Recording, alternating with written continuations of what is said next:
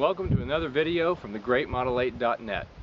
If you're at all familiar with the ambush of Bonnie and Clyde, you've probably read somewhere that famed Texas Ranger Frank Hamer used one of these bad boys, a Remington Model 8 modified by the Peace Officer Equipment Company.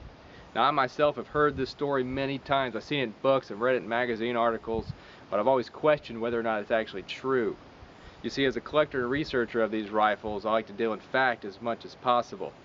So I dug back as far as I could to try to find the source of this, and what's interesting, first time this story is mentioned is 34 years after the ambush. A man by the name of Larry Buchanan made a documentary called The Other Side of Bonnie and Clyde.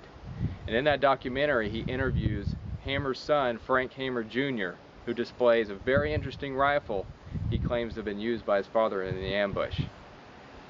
Let's check it out. And this gun belonged to my father.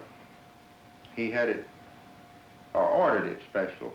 It isn't a specially built gun because they made these guns for law enforcement officers at the Peace Officer Equipment Company in St. Joseph, Missouri. The only difference in this and a standard 35 Remington is that this 20-shot clip, it took off the old 5-shot clip, put on the 20-shot clip for law enforcement officers, because if they were engaged in a long pursuit in automobile, it was difficult to change clips and etc. So they equipped this gun with a 20-shot clip. And he got this gun for one purpose and one purpose only, and that was when he got on the trail of Clyde Bear and Bonnie Parker. If you look closely at this still, you'll notice that the gun here is actually a Remington Model 81, which of course wasn't introduced until 1936, a couple of years after the ambush. If we go to another frame from the video and look a little bit closer at the receiver, you'll see here, just vaguely, that it's roll stamped with the markings police gun property of, which tells us this is actually a special police Model 81, which wasn't even introduced until early 1940. So it goes without saying this absolutely was not used by Frank Hamer at the ambush of Bonnie and Clyde.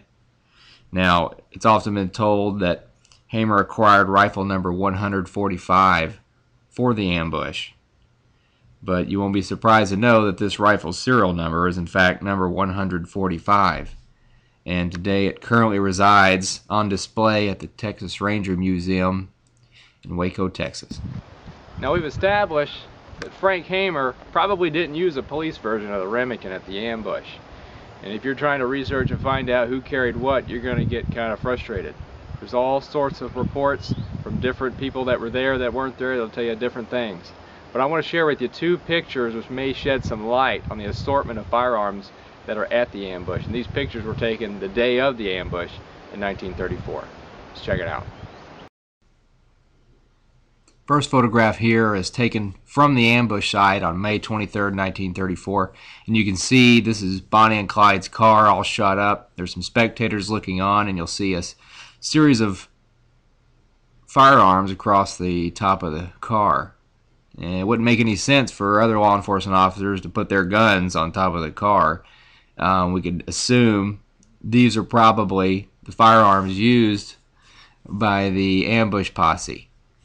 And if we cut this and zoom in a little bit, I can't make all the guns out, but most definitely the gun on the left is a standard Model 8. It's not a police version. If you go from left to right, you'll see a shotgun, a Browning automatic rifle, and two other shotguns. Now, there's another picture we can take a look at. This one's from a different angle, same day. And you can see the gun on the left is a Model 8. And we can determine from this that that's not a police version Model 8. It's got a standard Schnabel forearm, which of course peace officers replaced with an extended beaver tail version.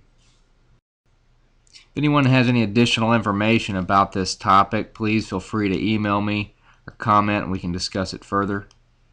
Hope you enjoyed the video.